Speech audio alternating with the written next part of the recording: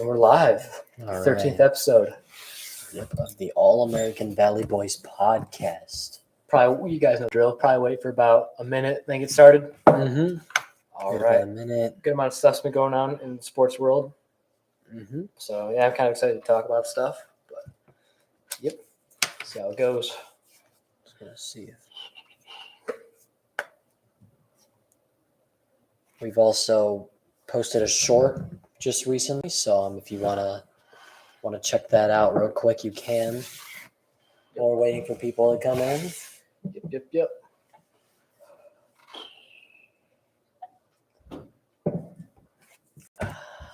Excited. 13th episode.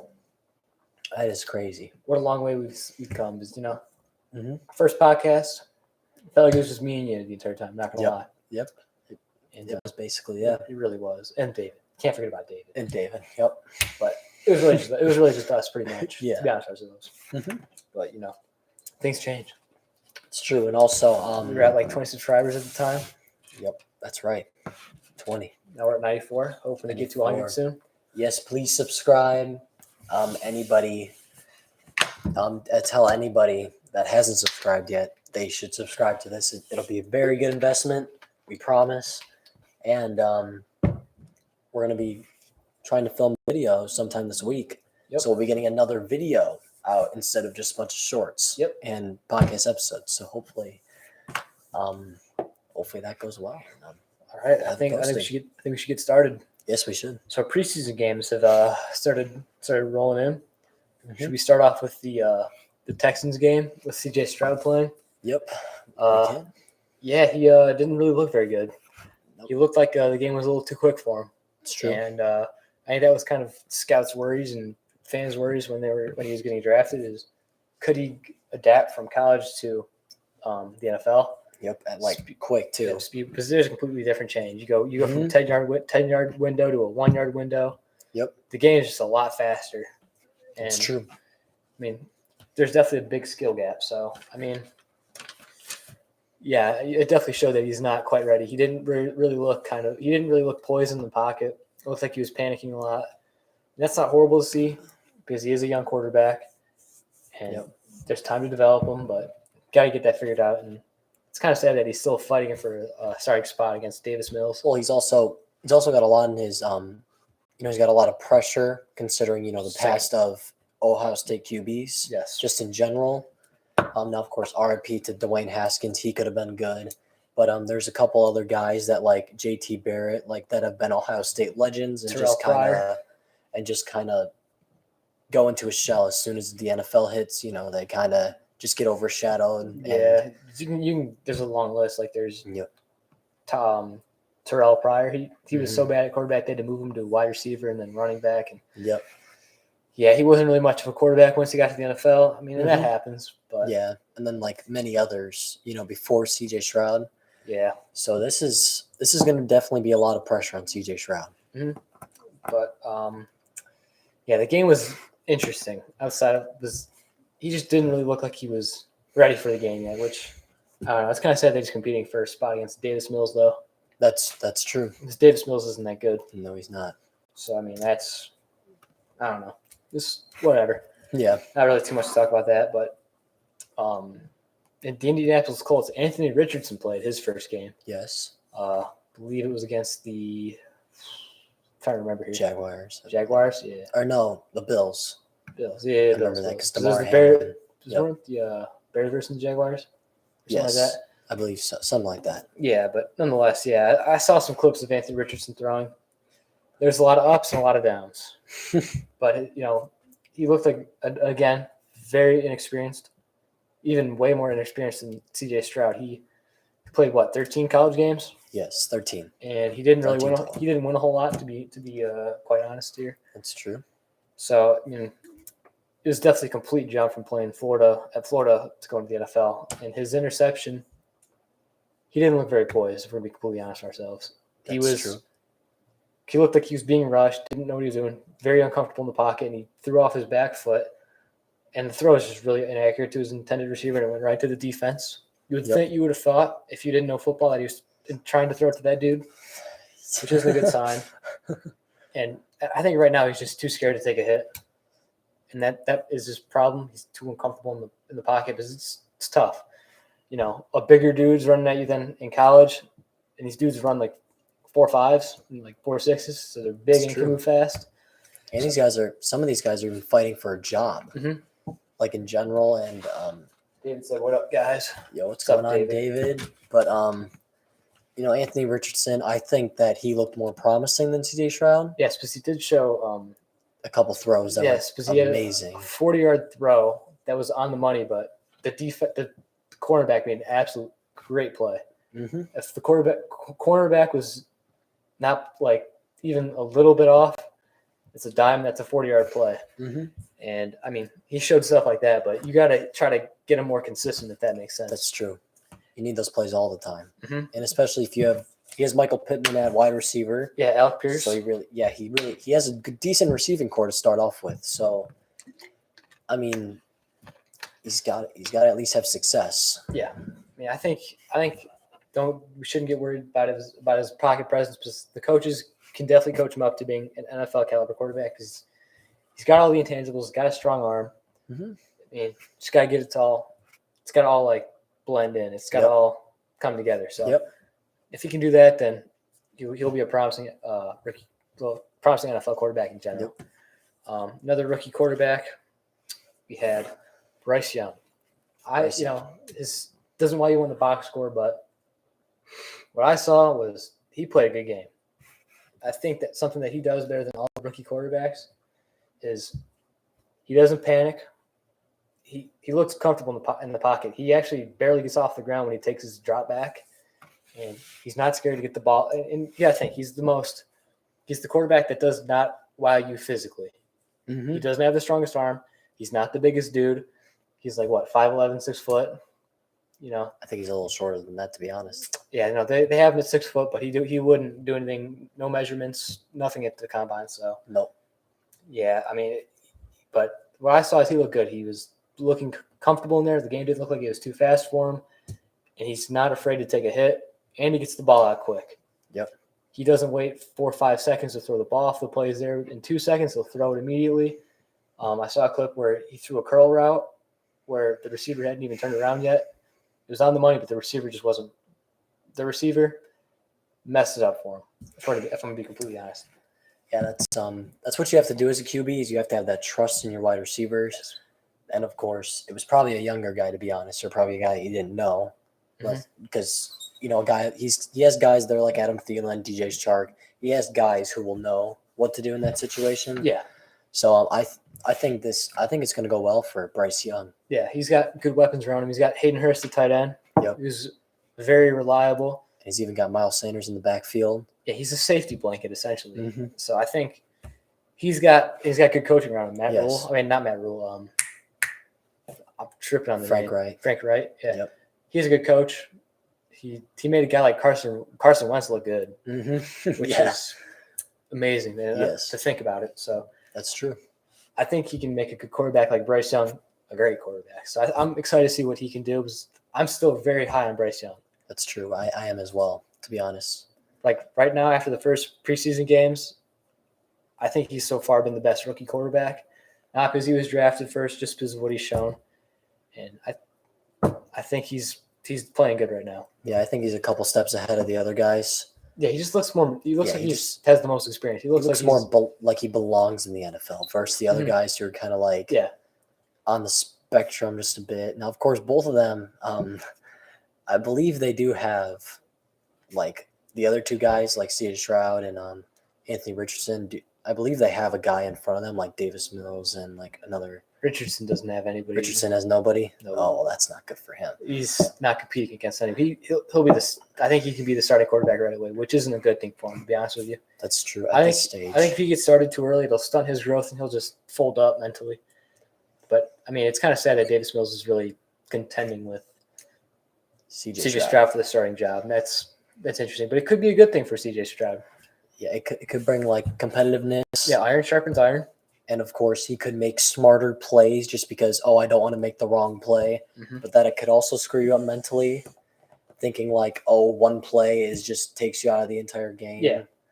But This is preseason as well. We can't jump to conclusions just yet. We got to see, what they do in the season and all that for sure. Yeah, I completely agree. And then, what's it called? Another quarterback I want to talk about is Stetson Bennett. I thought, watching him play, seeing the clips I did because I don't have NFL Network. I seen the game. He started off poorly. Yes. But then he picked it up and showed that, he wasn't just a fifth-year guy playing against college players who are 18. That's true. And if you really look at it, because everybody's harping on that he's on this Georgia team that's super good, is anybody there was no receivers that really went to the NFL. He had a 7th-round running back, and he's got a great tight end in Brock Bowers. Yeah, Brock Bowers. But other than that, though, did he really have that huge weapon at receiver that carries him? Not really. I mean, the year before that, I believe he had George Pickens. Well, yeah. Which now we know him. I was talking about more about his. But this past season, no, I don't think he had anybody even close to what George Pickens was. Mm-hmm. So and I think if you really reflect on his college football season, how he won a national championship. Granted, he had a great defense around him and a good line, but there wasn't a great player who got drafted where George Pickens was. George Pickens was a 2nd-round draft pick. That's very high. So yeah, that was actually one of the highest receivers Georgia's had in a pretty long time. So I think Stetson Bennett's kind of got the same thing that Bryce Young has. Not as well though. He just doesn't look as bothered by the change in speed by the NFL. So I think Stetson Bennett's a good quarterback. He should be a quarterback to watch out for. Especially with Stafford, getting older and stuff. But the only problem with Stetson Bennett is his age. If he was maybe 2 years, not even 2 years younger, he would be up there with these top prospects most likely. I mean, I think it's kind of, I think it's really stupid to throw out his age. To be completely honest with you, he's 25, which is old to be fair, but it is. If you're gonna hold him, if you're gonna make that argument against him, then it's just he has less he has to be immediately good, or at least maybe 2 years in he's got to he has to be good. Yeah, but just because he's the same age as Lamar is now. But the Rams did make a huge investment in him, like the Ravens did with That's Lamar. True. Lamar was a first round pick. Number 32. Stetson Bennett was a 3rd round pick. Mm-hmm. There's a big difference. Mm-hmm. And I think he has less pressure and a lot of pressure at the same time. That's true. But I say I wouldn't worry too much about his age, to be completely honest with you. Quarterbacks play for a long time. So that's not a position where you got to worry about him being too old or having too much tread on the tires like a running back. Completely different story. And so I think it's kind of unfair to just bring up his age. It's just the only reason why I bring it up is because his prime width, his prime might not last as long just because of where he's his starting point is versus these other guys who are a little bit younger. Some quarterbacks get better as they go on. I mean, you look at a guy like Tom Brady, you could say his prime was his entire career except for his last season. Aaron Rodgers, prime's been for a long time. He's great. He's probably played better in his later years. So, like I said, quarterback position, you can't really judge it just off somebody's age. So that does make a lot of sense to me, to be completely honest with you. But I say we should move on to another quarterback. Rookie quarterback for the Packers, Sean Clifford. Yep. He went 21 for 27, 77 completion percentage. He threw a touchdown and 2 picks. His 2 picks weren't very good, but I think he showed a lot of promise because he as well didn't look as he wasn't as bothered by the change in speed, the tighter windows. He played solid, and he was trying to get it. There's no really if you look at the box score, you'd think he had a bad game, but he looked way more poised than majority of these higher picks like C.J. Stroud and Anthony Richardson, Will Levis. That's another thing I got to talk about with Will Levis, but that's later on. Sean Clifford, he played a good game. It's granted, got to take care of the ball a little bit better, but one of the interceptions wasn't his fault, but the other one was terrible. He threw a pick 6, but I think that's not good. I think Sean Clifford is better the quarterback than Will Levis. Better prospect as well. Yeah, I could take that. I could take that argument. Hear me out. Will Levis and Sean Clifford were on the same team at Penn State. Sean Clifford took the job. he took the starting spot and drove Will Levis to Kentucky. And it's a little weird that Sean Clifford was drafted way behind Will Levis after Will Levis proved nothing, and people only like him just because of his build. It's just the big that Will Levis had. The big arm, the big just basically flashes of he could be amazing. That's it. Honestly, Sean Clifford's just your average quarterback. You know what you're gonna get with him. Yeah, that's just it. It's just they're just trying to find the diamond out of all the gold around it. I mean, I just think that Sean Clifford's a way better prospect than Will Levis. The only thing that Will Levis has on Sean Clifford is he's built bigger, but he can't read a defense better. He can't throw a ball better. The only thing that Will Levis has in throwing a ball that's better is he can throw it farther. But that's right. Sean Clifford doesn't have he doesn't get as nervous in the pocket like Will Levis does. People talk about how Kentucky's offensive line was bad, but if you watch Will Levis play quarterback, he looks like a statue because he doesn't move. And so any offensive line is going to look horrible with Will Levis as their quarterback, simply just because he doesn't have a pocket presence, and he doesn't look very good. He looks very out of place, to say the least, and that's why I think Will Levis is not even a top 10 quarterback prospect in this year's draft. To be completely honest with you, he's top 10. He's terrible. Whew. I don't know why anybody drafted him. That's my opinion. Okay. Not very good. Hasn't proven anything. It's a solid opinion. Damn right, it's a solid opinion. I mean, damn. Mm-hmm. I don't know, but I don't know. I hate talking about Will Levis just because he's so overrated. I don't know why anybody. That's really. True. I mean, people were saying he's going to be the 5th overall pick, possibly to Seattle. I still don't know how that was a thing. That was the worst decision. Oh. I think in our mock drafts, I think we both had him. Oh, the only reason I had him really high was because I wanted the Lions to get Will Anderson, but that wasn't going to happen. It was the Lions. Or Jalen Carter. That could have happened, but Jalen Carter. Speaking of rookies, he is going to be a monster. Just to straight up start off. I told you. He is a brick wall that moves. He is huge. No matter, I don't care if these dudes are going to be bagging groceries next week. No matter who's going to be guarding him, no matter who's going to be blocking him, he's going to be an absolute dog. Straight up as a rookie, just to start off. I mean, and he's probably going to be Aaron Donald, but maybe even better, just because of his size. I mean, I'm not going to jump the gun straight up on that, but I think he's going to be a problem. I know, but just a comparison. If I had to give him a comparison, the two are be Aaron Donald. The two are completely different prospects. I know they're different prospects, but the way that he's going to dominate, I think for sure. Now, of course, Aaron Donald has fallen off and has leaked out to be, But Jordan, all I'm trying to say is he's going to dominate. He's going to flat out dominate. I've been saying it. I wanted the Lions to draft him for this reason. I'm very upset about it too.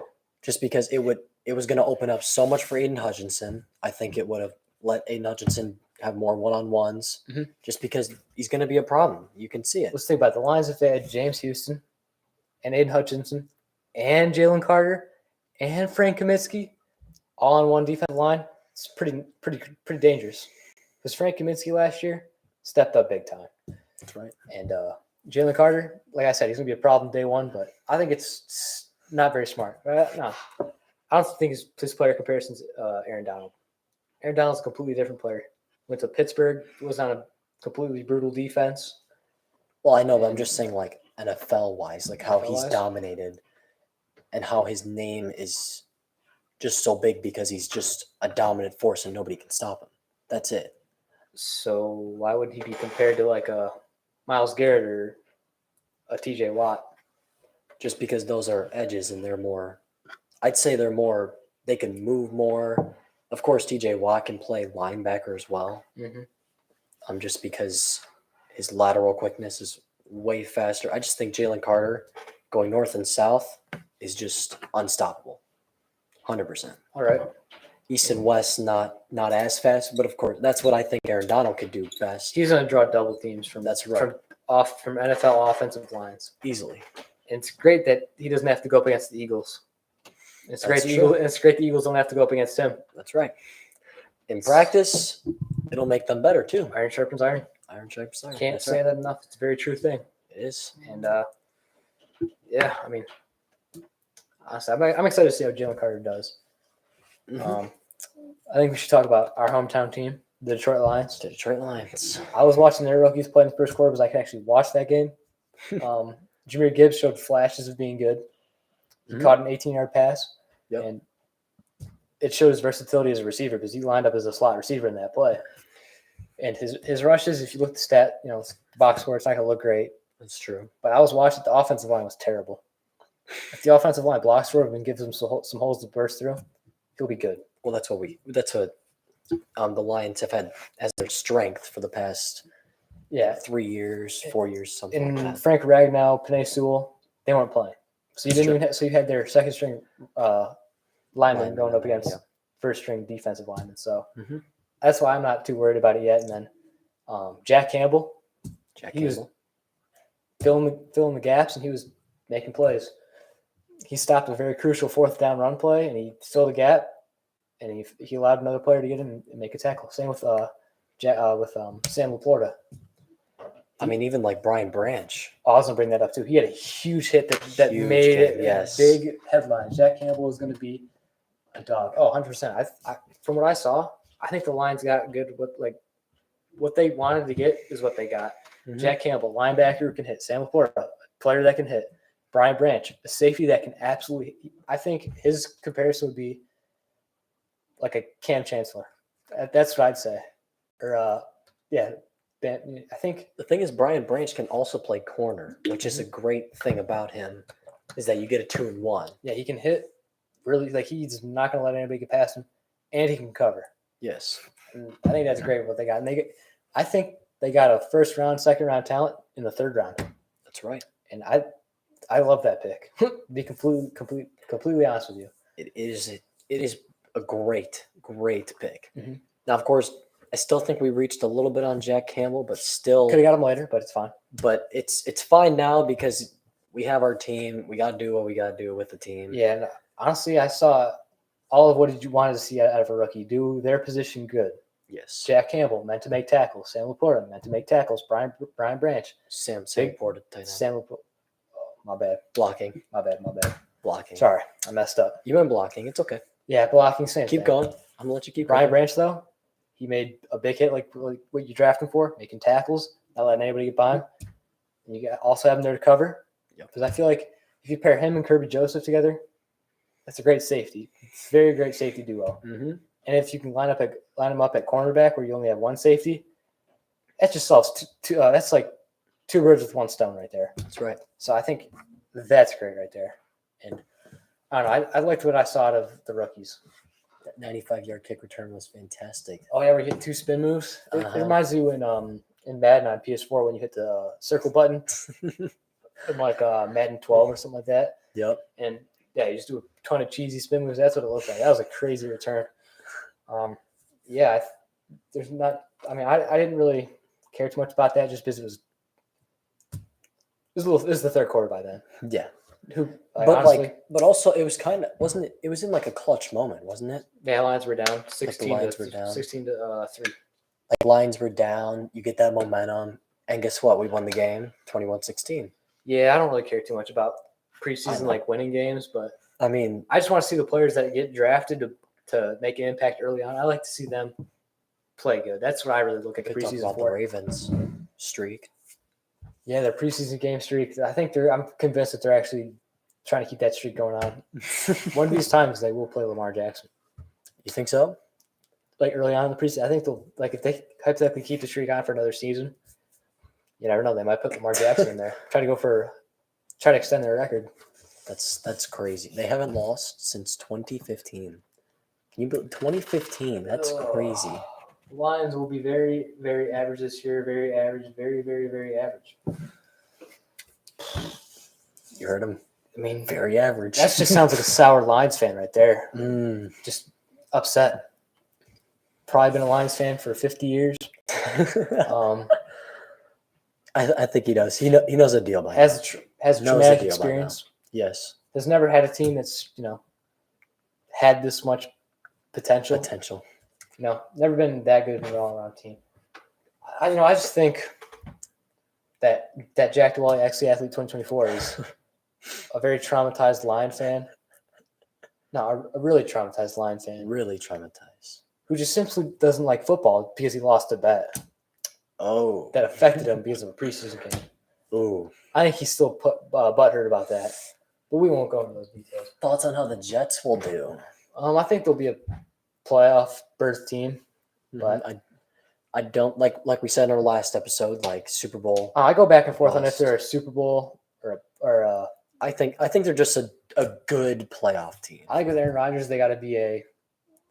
I think with Aaron Rodgers, they could be a playoff team, a possible winning the wild card game, but Divisional. Once it gets to that, I don't think they're going to win that because it's tough.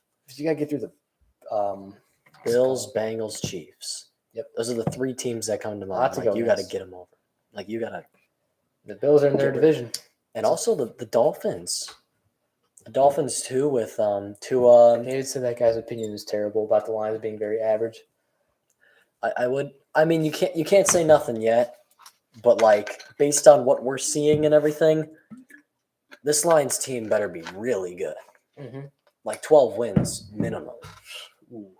12 wins minimum is crazy because they have a. Well, that's where I have them at. It's They like have a- 12, 13 wins. I have them at 11. You have them at 11? Yeah, they have a tough schedule. They got to play the Chiefs very first game, and that's gonna be a tough game to start Yeah, off. that's true. Hey, Hopefully but we'll be able to stream that game. hopefully, our parents allow it. Hopefully. We'll see though. We'll see. First Friday of senior year. Mm-hmm. Who cares about senior? Like honestly, senior year is just to be showing up there and That's true. The Chiefs and the Lions, like that's huge. it's not like I'm not gonna watch it anyways if we stream it or That's not. true. So, I mean, might as well, right? I Might as well think stream. so. But that's neither here nor there.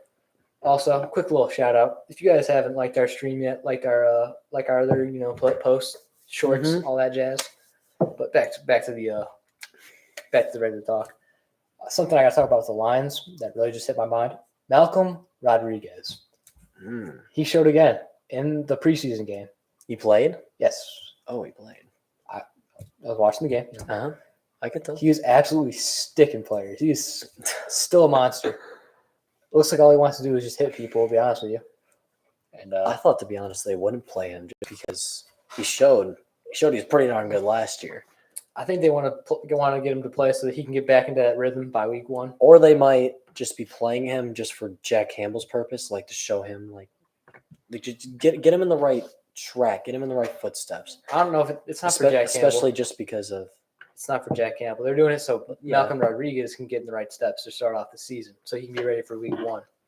So, that's true also. and I'm not surprised I didn't see a guy like Aiden Hutchinson or Penei Sewell playing. That's true. That all makes sense. Jameson Williams though, He was playing, yes, he did. he dropped a really long pass. That was a good pass on the money. He dropped it right off his hands. So, still kind of worried about him. Grant, if you can run past everybody, doesn't matter as long as you. The only thing that matters is catching the ball. That's true. So, Especially like with his speed, like if he controls it, he could be like a Jalen Waddle alongside Amon Ra. Just a guy who could catch the deep ball with ease, yeah. can beat anybody with his speed. Like If James Williams wants to be good in this league, he's got to be able to catch the ball. He's got to be able to especially make it. deep. Because cornerbacks in this league won't get burned all the time, like in college. Mm-hmm. You got to actually make a contested catch because the dude, he didn't have him burned by a lot. He had him burned by about a step, but the cornerback was still there, and he affected him enough where he just dropped it. So, you hate to see it as a Lions fan, but Especially because we traded up for him and everything. yep. 12th pick. It's a lot. It's a lot. And he's suspended for 6 games. All the reports you hear about him, Possibly like being like really, really good. and being really bad in practice. Yes. There's So a lot to worry about, but a lot to be excited about. If he can yes. do what a wide receiver is supposed to do, which is catching the ball, then he'll be great because he's got the speed, he's got the height. He's got everything. Yes, he just doesn't have the He just actual gotta- important part of catching the He ball, just has to catch the ball. which is the most important part. If you have stone hands, then you're not going to be good. simple, but You might as well play defense, right? yeah. So you could, drop the ball in defense, and it's at least okay. Mhm. But Honestly, put him at cornerback. Nah, I'm just kidding. yeah, I was gonna say, yeah, probably not a good idea. It was a joke. Because cornerback is really hard to play, Oh yeah, no, that's why and to make that transition. it's would be tough to be a crazy. cornerback in this league for a long time. But Like what Jalen Ramsey has done is impressive. Darrell Reeves is a Hall of Fame cornerback, but Yep. he had 3 like really prime years. Same with like Josh Norman, 2-3 years. Yep. And he kind of fell Even off. like Stephon Gilmore 4 years, and then was kind of pretty promising, and then yeah. We also have his brother on the depth chart. I did see that. Oh really? Stephon Gilmore's brother is on the Lions. That's Hopefully he pans out, but hopefully he's like his brother for his prime. that would be insane. I think moving on to our next topic, we have rookies that impressed us in the preseason. I'll start off first. Deuce Vaughn, running back for the Cowboys. The Cowboys are looking for a second string running back behind Tony Pollard, and I think Deuce Vaughn proved it. Out of all the running backs that played, he had 6 rushes for 50 yards. I believe it was 8 rushes for 50 yards. 8 But rushes still, for 50 yards. he Nonetheless, still had 50 yards. he's still productive, and And he was he's productive, yes. the most elusive running back on that field. I was watching these clips. He's 5'5". Doesn't matter. But he's a dog. If he doesn't get touched, then But he's it a doesn't dog. matter. He's got that dog in him, honestly. He literally would cut in, cut out so fast on a safety, or he hit some crazy spin move. I don't even know how to describe it. He was doing things I didn't know were possible from a running back who was that short and not that. He did better than every other running back on the Cowboys. And it was you could see it in the box score. You could see it by watching the game. He had a big run. Mm-hmm. He did everything you want to see. He was patient. He showed his patience. He showed his patience and then would take advantage of it. He impressed me a lot. I think if he has another good preseason game like that, he's going to be the second string running back, and he will make the Dallas Cowboys. I agree with that. I think he's shown a lot of good flashes, and of course, he's not afraid of contact. No, He's not afraid of blocking someone. Now, of course, granted, I don't know how much his block has done. I didn't watch the preseason game. It's not his job. But still, he's gonna have to block eventually. Yeah. But if he could, it's just his blocking ability isn't as crazy as you want it to be. But David said, "Jack, you mean he's got that Chihuahua in him?" No, he's got that dog in him. He's got that dog in him. He's got that dog in him. We'll tell you, you guys know those menacing dogs. For 5'5", he's not no Chihuahua. He's not no Chihuahua. No. He's a pit bull. He's a short pit bull. He's a short pit bull. That's good. That's good to put it. See guys who are 6 foot running backs, but they're not. But they don't have that dog in them. They don't got that dog in them. And that's what's separating them. He's got that dog. He's got that little pit bull in him. That's all I'm saying. But my guy that's impressing now, of course, he is playing right now currently, is Trey Lance. Mm-hmm. Trey Lance has needed this. I don't mean to intervene here, but I said rookies. Oh, you said I rookies? said rookies. I was going to go on a whole rant, too. I know. You said off camera that you really wanted to go on you wanted to talk about Trey Lance. Talk about Trey Lance. I'll let you talk about a rookie, then you can talk about Trey Lance. Okay, I've been looking at the box scores and everything, and I've been looking at a little bit. I will say there's one guy sticking out. Who is that one guy? No bias or anything. What's the bias? But Ronnie Bell is doing everything. Yes. Everything. Talk about this off camera as well, yes. We're talking running. We're talking receiving. We're talking kick return. We're talking punt return. He is doing everything. He's trying to make that team. He is trying to make that team. He doesn't care if he plays running back. He doesn't care if he plays kick return only. It doesn't matter. Whoever gives him that final roster money. 53, man. There's 53 slots. He's making it for sure. Ronnie Bell is looking impressive. Because, of course, I was looking at the box score. He had 1 rush for 15 yards. He had, I believe, 3 catches for 52 yards. He had 3 kick returns for 50-some yards, which is, I guess. And then he had a punt return I think with for 20 yards. What the 49ers are looking for in him, though, is for him to not lose the ball. They want him to not fumble the ball, not give away possessions. That's what he's there for. That's what he did at Michigan. That's what he did. He wasn't there to necessarily get a huge return. He wasn't necessarily the speediest guy, but He just he protected caught the the ball. ball. He caught the ball. He did. He's reliable. I don't think he actually fumbled a punt at Michigan, from what I saw. From what I saw, from what I remember, I don't think so. I don't think I ever seen Ronnie it was like Ronnie Bell just Very reliable give away the player. ball. But continue. But yeah, Ronnie Bell, he's doing everything. I mean everything. And I mean, you might as well have him pass the ball once so that he has every category filled. He did do that too at Michigan. Now that you bring it up, he did throw Believe a it or pass. Yes, so Ronnie Bell is looking very impressive. A guy who, from Michigan, he was very, very good for us. But, translating to the NFL, you don't know if he would translate The fully. thing that scared people was his injury. But Yes, his ACL tear, which was one injury in his career, and it just absolutely scared everybody off. But Yeah. still, I think he shows that he could at least make the roster spot, and he's impressing very well. Now, might of be course, able to get a returning spot. you never know. You never know. But But- yeah, Ronnie Bell's impressed me. Continue though on Trey Lance. But Trey Lance has needed this so bad. He's been overshadowed by literally the last pick in the draft. Mr. Irrelevant, Brock Mr. Purdy. Irrelevant, Brock Purdy. And, he was the number 3 pick. He was traded for a lot. They basically, like how the picks worked out, it was basically for Tyreek Hill. Yeah. So he had to work out. And he's finally doing it, at least in this preseason game. He's got about 120 yards passing. He's looked good. His passes are very smart. Yeah, he looks like he could maybe put up a competition with Brock Purdy. Sam Darnold, though, I don't even want to talk about him. He's on the team. Sam Darnold's on the team. Yeah, he's not a contention. Nope. You probably have a better chance of playing for the 49ers than Sam Darnold does. But unfortunately, that's apparently his closest competition, Brock Purdy, is Sam Darnold. Like, Sam Darnold is apparently closer than Trey Lance, which makes no sense. But I don't know if I agree with that because Sam Darnold is going to be Trey Lance's backup for today. that's just reports. But yeah, he is. He is the backup of Trey Lance. I've also heard reports that Brock Purdy's just played pretty bad in conjoint practices. He threw three picks in 3 possessions. So 49ers QB room is looking a little more wide open than we thought it was. Yeah, I think a lot of people thought it was going to be Purdy, and then you should just sip off Trey Lance. But who knows? Trey Lance has looked pretty decent. Honestly, I don't think anybody knows. I don't even think Kyle Shanahan knows. So Probably not. So lot to keep looking forward to. Mm-hmm. But Also, Jordan Love has looked pretty decent.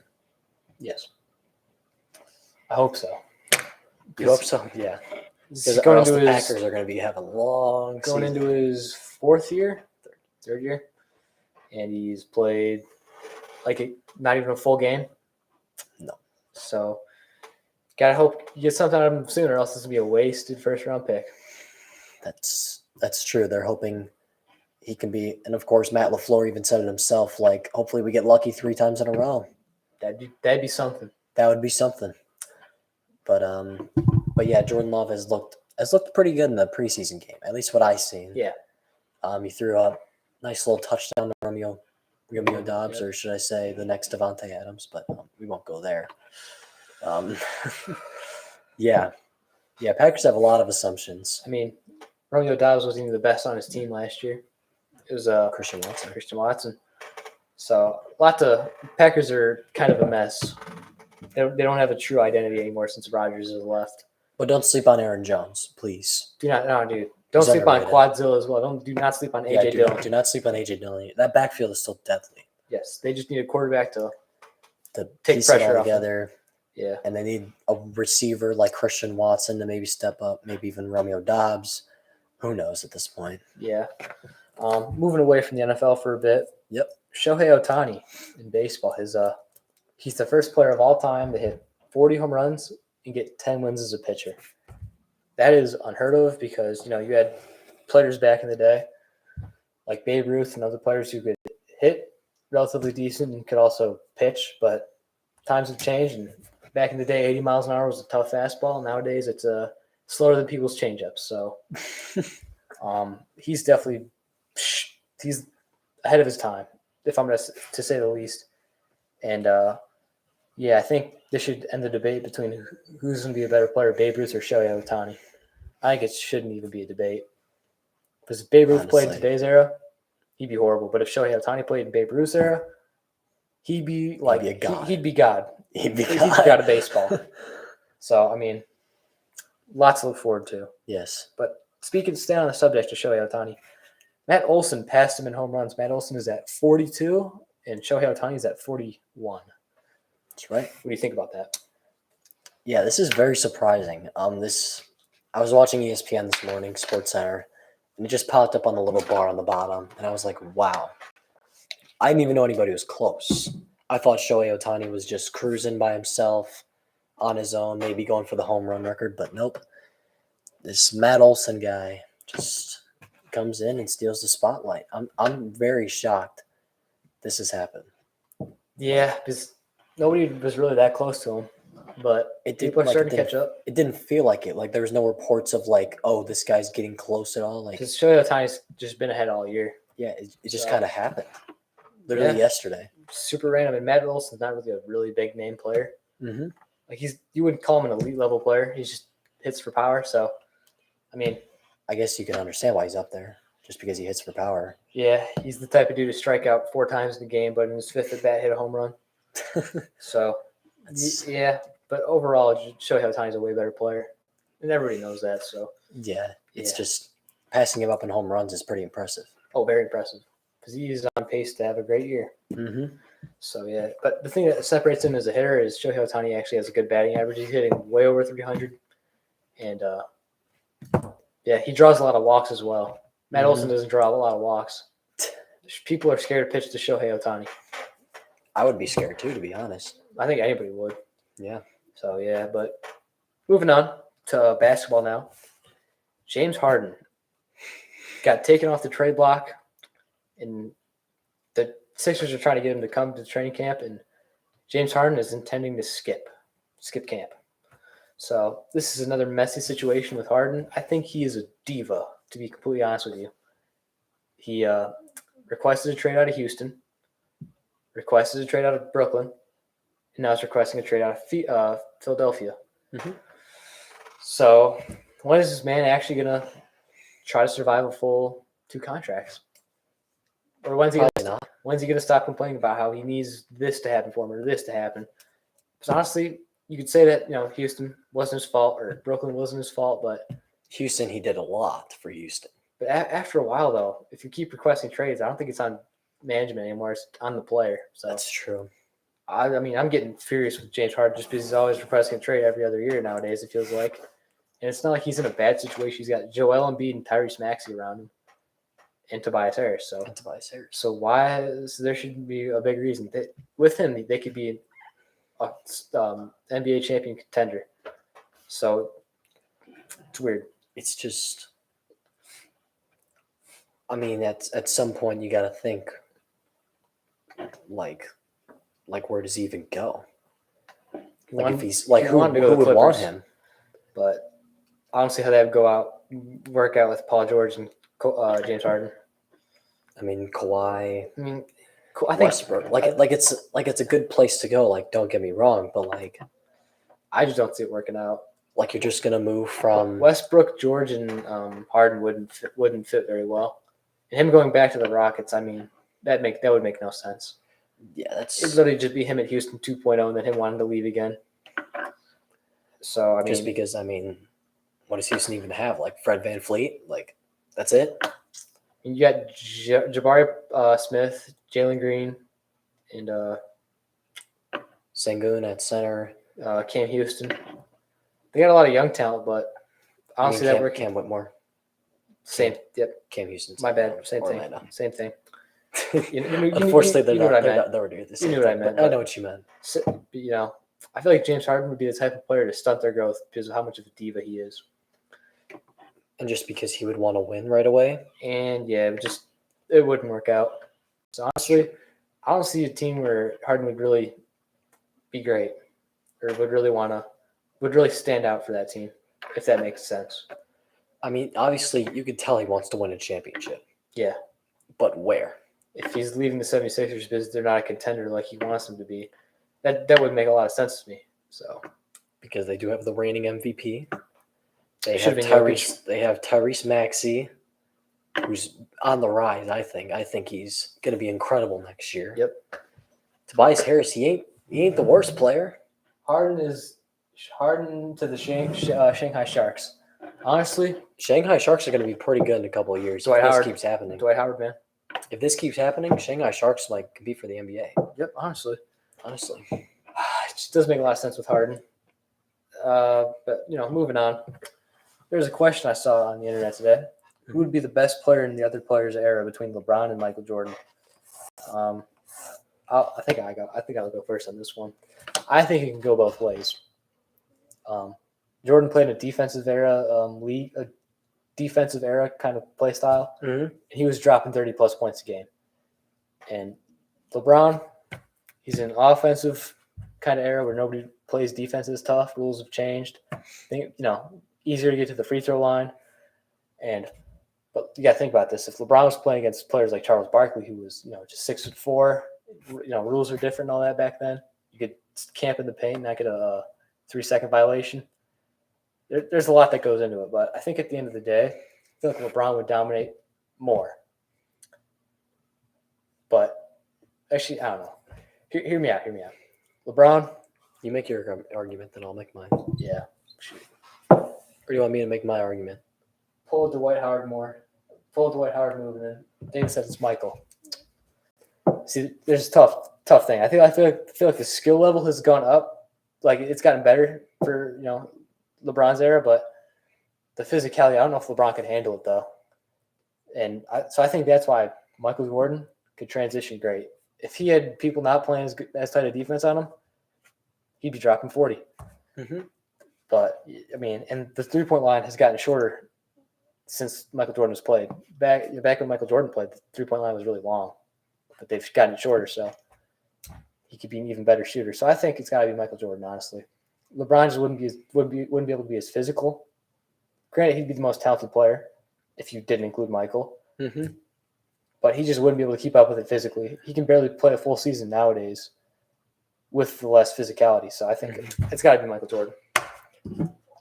I was gonna say Michael Jordan, but I seen this comment because there was a post about this, and I read a comment, and they said that LeBron wouldn't be able to, or no, Michael Jordan would have a tough time with today's era because the game's faster, which didn't make sense to me. So I'm going Michael Jordan just because he could easily score in this era. And defensively, it's gotten way easier. It's got to be way easier. Because there's a reason that. Now, of course, yes, there's like guys like Steph Curry who just run around and shoot threes and tire you out.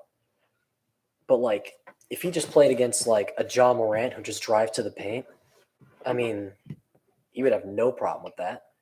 And just, I mean, offensively, Michael Jordan's mid-range was so deadly, nobody could guard in the 90s. Imagine anybody guarding it now.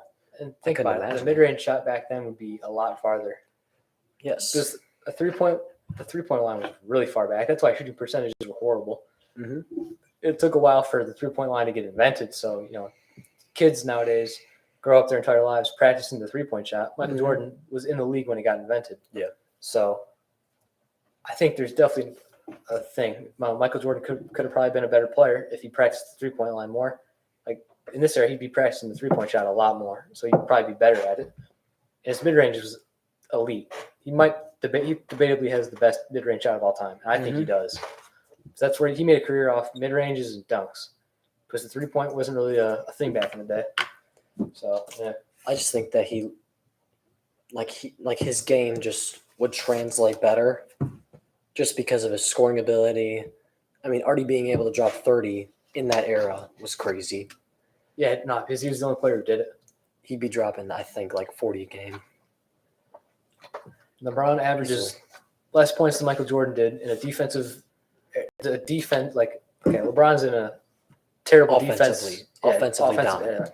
Yeah, and he's scoring less points than Michael Jordan did in a defensive era where teams are scoring 90 or barely getting 100 points a game. Nowadays, it's like 130 to 140. Yep. There's nobody's playing defense. Yep. I think Michael Jordan would easily be able to adapt more to that than LeBron would to be, playing in tough defense where people are always on you. Like, So- imagine LeBron, like, having to face a Dennis Rodman. Because that's who they probably would throw on him. Yeah, because He's he's like a Dennis Rodman type player. a player who doesn't get tired and a player who doesn't take plays off on Yeah, the defense. player who has size, will be physical in every Athleticism. play. Athleticism. Athleticism, you have to match or at least get up to as much as possible, So, You also got to think, LeBron's shooting a lot more free throws than Michael Jordan would be shooting, and I think that's a huge difference. Michael as well. would probably be scary in this era. He would. He'd be scary in this Because era. I think he had a 48-inch vertical in his prime, and That's like Zion. That's like Zion's vertical. can't teach athleticism. You can't. You just have it or you don't. Mm-hmm. And, So I mean, I just think Michael Jordan would be absolutely ridiculous in this era. yeah, 100% agree. Would be ridiculous. Moving on, got Hall of Fame inductees for the NBA. Players were Tony Parker, Dwayne Wade, Dirk Nowitzki, and coach Greg Popovich. Very well deserved So, for all four of them. 100%. I think the only player who you would say deserves it the least is Tony Parker, but even then, he still deserves it. So all these players, I don't think there's any controversy of them being Hall of Fame players. That's right. Popovich, debatably the best coach of all time. Yep. I think you got to throw in Pat Riley or Bulls coach. I'm really tripping on his name right now. Michael Jordan's coach, isn't it? Yeah, Crap. Phil Jackson. Phil Jackson. I think it's just between those three. Mm-hmm. So I think that's very well deserved. And Popovich is still coaching, Mhm. so he could really make the case to be the best coach of all time.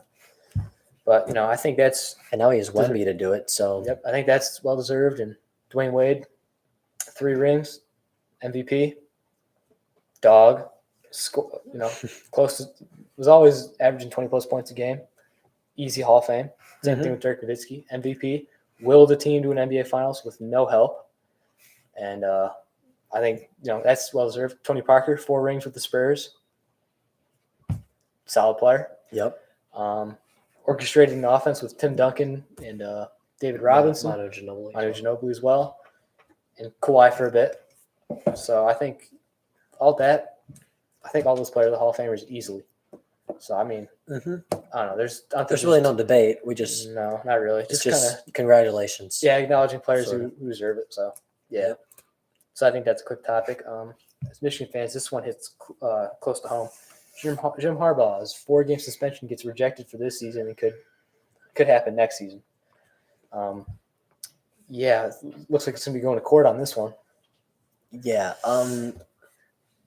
This is actually more worse than it could be this season. Here's why. Next season we're going to be losing a lot more starters than this past season. JJ's probably gonna try to go to the league. Yep. Blake Corum's gonna leave. JJ might test it. Depends on I the don't season he has this year. I don't think he'll test it just because the QB class, he's got, I think, 4 solid QBs in front of him that'll for sure outshine him. We'll be losing more defense. That's probably the biggest blow. The defense is going to take a huge blow. Now, of course, we'll still have like guys like Will Johnson, Colston Loveland. We'll still have some younger guys, but we'll be losing a lot of starters. Mike Sanders Most likely 2 new head coaches, OC and DC, is what I heard possibly. And we play Texas game 2 of next year. That's going to be tough without Jim Harbaugh. Yeah. And also, all the Big Ten teams are transitioning That's as gotta well. be the craziest thing ever. USC on the other side of the country is going to be in the Big Ten. Yes. A team full of Midwest teams. UCLA is going to be in it. Oregon. Oregon's going to be in it. Washington's going to be in it. It does not make sense at all. So I don't know why John Harbaugh's fighting it. I think he should just John accept it. Harbaugh? John Harbaugh. John Harbaugh? Jim Harbaugh. Yes. Same thing, right? Same thing. Honestly, Same you thing. get the point. I just Caleb, want to make sure Cam Houston, I just wanna make Cam sure- Whitmore. I just same want thing. to make sure you didn't say John Harbaugh the entire time. I was going to be like That's true, because that would have been a little bit coach of embarrassing. the Ravens. Nonetheless, both great coaches, but continue. But Jim Harbaugh, I think he should just accept it this year and just move on. Honestly, I like what he's doing. This 4 Like games. I know he's fighting. A 4-game suspension for buying a kid a burger and then lying about it. In the NCAA making an example out of him is bullshit. Honestly, It's true. so you're gonna not suspend anybody on. You're not gonna suspend Tennessee's head coach for illegally recruiting, like the $100 handshake or Texas A&M. They completely bought players, and you know it. Buying players' houses, Miami even too. Saying it's NIL. I mean, Miami literally flipped a guy from Michigan just recently, Texas A&M got because of NIL. Texas A&M. There's a 5-star defensive lineman that they got who's going to go to Florida.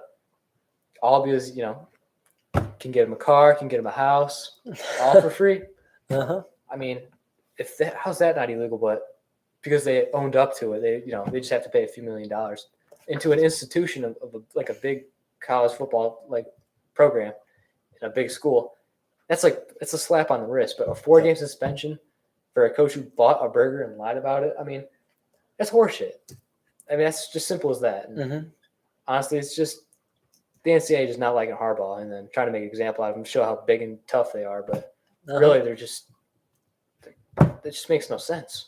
That's true. It doesn't really make any sense. I don't agree with it. But I just hope he doesn't get the suspension next year. He shouldn't. Because if he does, we might be in a lot of trouble. Yeah. Like a lot of trouble. I know. Because if JJ does test the league, we'll be left with Jaden Davis, our 2024 recruit. He'll be a freshman. That'd be rough. Just going into the Big Ten merge. We'll have another quarterback ready, but he just won't be as ready as a JJ McCarthy. But yeah, that would be very rough to start off. Yeah. I think we got all that out of the way. Yep. Moral of the story: Jim Harbaugh should not have a 4-game suspension. We hope that he won't have it this year or next year. Or next year. I hope it doesn't happen. And then moving on, a thing that's been has been blown up a lot is Johnny Manziel and his documentary. How he watched zero film, supposedly. I mean, he may have watched zero amounts of film on his own, but all these NFL players are coming out saying you watch film with your coaches, so you got to know somewhat of what you're doing. Yeah. And they have this thing on the iPad where it tracks how much you actually watch film, and so I think it's blown up a little bit, but it's misunderstood and misled. So I think he should say that he watched 0 hours or 0 amounts of film on his own, because now everybody's taking it as he just didn't watch film at all and just randomly went in there and said fuck it. So I mean, yeah, Johnny Manziel wasn't really a good QB to start off with. He's a great college quarterback. Great college quarterback. But you can kind of get away with it in college, but you can't get away with it again in the NFL. Game's way too fast, and you have to know. Because some college players just get away with it, like Anthony Richardson, just because he's purely athletic. I'm sure he watched film though. He's just raw. Honestly. He's just raw. That's it. But yeah, you can't go some players just get away with it because as a quarterback, you got to know your job, and then you got to know everybody. You got to know everybody else's job too. True. If somebody messes up, you got to call them out on it. Yep. Or you got to say like if a wide receivers know what they're doing, you got to know you got to do this. I think there's quarterbacks like Tom Brady, Matt Ryan, Patrick Mahomes, how they know everybody else's job and they really help. I think that's what builds a great team. And Johnny Manziel he didn't do that, and I think that's what eventually messed up his career. But I mean, it just wasn't meant to be. He had all the talent, but he didn't really know what he was doing at times, just because he didn't watch film. So I mean, that's true. Yeah. Moving on, Saints running back issues.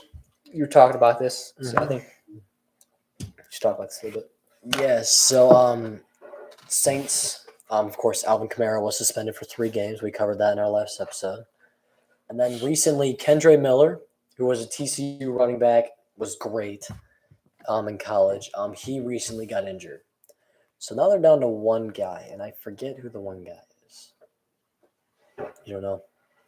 Well, hopefully this opens up a window for a couple guys. I don't know their third string running back. A couple free agents. Yes. It'll open last episode I brought up Kareem Hunt. Kareem Hunt, you did say yes. Would be a perfect fit at this point now. For the Saints. Oh, I know the backup. It's Jamal Williams. Yeah, that's. So I was trying to think of that. Yeah, he's a dog. But yeah, Jamal Williams. But he's not an every down back. He's not an every down back. He's a running back you put after Kamara's done 2 handoffs and you put him in to get 1 yard. That's right. So, but they have to survive 3 games somehow. And Kareem Hunt would be a great signing. Yep. But after Kamara comes back, and then this Kendre Miller guy, who I think will be really good, comes back. Yeah. I don't know how Kareem Hunt would fit there, but 100%, Kareem Hunt, this is a job for him. Yeah. But other guys, I mean, there's guys like Leonard Fournette who are looking for a job. There's guys like Zeke. I mean, there's a couple other guys. The running back position is just a complete breakdown right now. That's true. So there's definitely a lot of interesting. Oh, this could work. This, all that. There's a lot going on. Yeah, and you definitely, we figured out that you need 2 running backs to be successful in this league. You really do, honestly. So the Saints only having Jamal Williams for the first 3 weeks, that could really hurt them. And they're not a tough division, but they're not in the position to just give up 3 games, if that makes sense. That's right, because the Falcons, Panthers could be good. The Panthers are on the rise. I believe I projected them to win the division. I forget what I said. I think you said Falcons. I think I said Falcons. Okay, but anyways, the Bucks, who knows what they could do with Baker Mayfield and that stuff. So you never know. They could be good. So you cannot just let up 3 games and be like, we'll be fine. It's not. Every game matters with that because division. every game matters. All the teams are trying to figure out their identity. I mean, even last season, like I believe the Saints were 1 game off from being in the playoffs. Yep. So just the division in general is just nobody knows what's going to go on. Does Tom Brady leaving the Buccaneers leaves the question: who's going to be the quarterback, Kyle Trask or Baker Mayfield? That's still undecided. It should probably be Baker though. It's looking like it's going to be. The Panthers are going to have a rookie quarterback, but he's surrounded with weapons. So I think he probably has the best opportunity. Saints getting Derek Carr as a new quarterback and Michael Thomas coming back healthy, hopefully. Chris Olave, Alvin Kamara suspended. There's a lot going on in the division. And the Falcons getting Bijan Robinson, but not using Kyle Pitts to the best advantage. But they also have Drake London. So much is going on, and everybody's kind of, just kind of like in question. Nobody can really predict how the thing's going to go. I mean, the Saints, though, if you look at their roster and like what they could do, like they probably have the best shot. There's a lot of what ifs. Like between them and the Panthers, it's pretty darn close. But I think the Saints could edge them just because they have those older guys and the older experience. Yeah, the Falcons are also getting they're going to probably use Desmond Ridder as their starting quarterback. So I mean, the Panthers are new, the Falcons are new, and even the Bucks are going to be new. All the teams are trying out new things. Yes. So this would be the Saints' advantage to take advantage. But I also think this would be the best year to have a rookie quarterback just step right in. That's true. So I think this is the best year for Bryce Young to get drafted. That's true. I think that was great. So honestly, worked out. A lot of question marks, and I'm excited to see how that division plays out. It's going to be very interesting. Yeah. Not breaking news, but news. Jonathan Taylor is expected to return to camp this week after going through some issues with the owner of the team. Even saying like trade me, putting himself on the trade block. Yeah. This is very good for the Colts. They need their running back to their take star pressure running off back. Anthony Richardson. Yes, because Anthony Richardson looks scared out of his mind. Yes. Even with how big. He's not ready yet. Yeah, he's not ready. He's scared to take a hit. He's raw talent, and you can't just throw him in right away with no help because you'll stunt his growth, and he will eventually just fizzle out. That's what I think the Colts got to try to avoid. Definitely. So, yeah, it's either you bench him and get him more used to it, or you throw him in there with help, or else it'll go really south really fast. It's true. So I mean, that's kind of just a quick little topic. Yep. It's great to. I think it's great to hear. Jonathan Taylor coming back helps out everybody. Yes, it does. More than anybody probably thinks. Even fantasy. Like now, of course, fantasy leagues are starting to be drafted and stuff like that. Yeah. This is great news. Like Jonathan Taylor can actually be drafted and have no worry. Yep. Moving on to our last topic of the day. I saw another question on the internet. Is Alabama quarterback university. I saw in the last 4 years they've had Jalen Hurts, Tua Tagovailoa, Mac Jones, and Bryce Young. Yep. All get drafted to the NFL in the first round, and then Jalen Hurts was drafted in the second round. All very successful. All so far, doing decent, except for Mac Jones has been iffy. His rookie year was pretty impressive. It's just last year he just took a big dip. But still iffy. Still like in question, like what can he really do? So yeah, I think the question is Alabama quarterback university now? Because Iowa's like tight end university. Miami was kind of tight end university for a bit because they had Jeremy Shockey and Greg Olson. Yeah, I would say running back university used to be Wisconsin. Or even like Georgia, being I think their defensive line university. Their defensive line university. I wouldn't say whole defense, but defensive line for sure. Jalen Carter and then Jordan Davis. Absolute dogs. Of course, a couple other edge rushers here and there. You could also say that Alabama is wide receiver university as well. Jerry Jeudy, Devontae Smith, Jalen Waddle, Amari Cooper, Julio Jones. Devontae Smith, Henry Ruggs. I said Devontae Smith. Oh, Henry Ruggs, even though he's going to jail, he had big potential. But Jameson Williams, first round draft pick. Hopefully good. Hopefully, really knock on wood. Knock on wood. Yeah, hoping that. I think they're wide receiver university as well. Mm-hmm. And then, not really much to say about that. I think they are because there's no college that's really producing these quarterbacks that go on to do great things. Because Ohio State, they have good quarterbacks and all, but they just don't produce in the NFL. The only person who has probably the best opportunity right now is Justin Fields, and CJ Stroud's a big hope. But only time will tell. Because Justin Fields is young, and so is CJ Stroud. But yeah. But Alabama QB University. Ooh, Ohio State could also be running back university. Ezekiel Elliott. And they've had some guys make it in the league, but not like have really big names. So that's true. It's tough to tell. Oh, but Ohio State could be wide receiver university. Chris Olave, Jackson Smith, Najiba, Garrett Wilson, Mike Thomas, Ted Ginn. Mm-hmm. There's a lot. So they've had their own good amounts of wide receiver talent. So I think Alabama edges them a little bit. Squeaks it for now, but only time will tell how that keeps going. That's true because, of course, we have Marvin Harrison. Yep. Who's getting on the rise. They also have another guy who they just recruited. He's number 2 in the class, Jeremiah Smith, I believe his name is. He's supposedly going to be very good. So definitely time will tell for that one at least. But QB University, I can't really think of anybody off the top of my head who's crazy quarterback-wise, like who's just had insane success at doing it. Because all these quarterbacks come from random universities now. Like Josh Allen came from Wyoming. Yeah. Pat Mahomes came from Texas Tech. Oklahoma's had Baker Mayfield and Kyler Murray, but both are just in interesting spots in their career right now. Oklahoma did have Jalen Hurts as well. Yeah, for a year. Yep. For a year. So I guess Oklahoma could put up a competition. Florida has a lot of backups in the league. But nothing too special with that. That's true.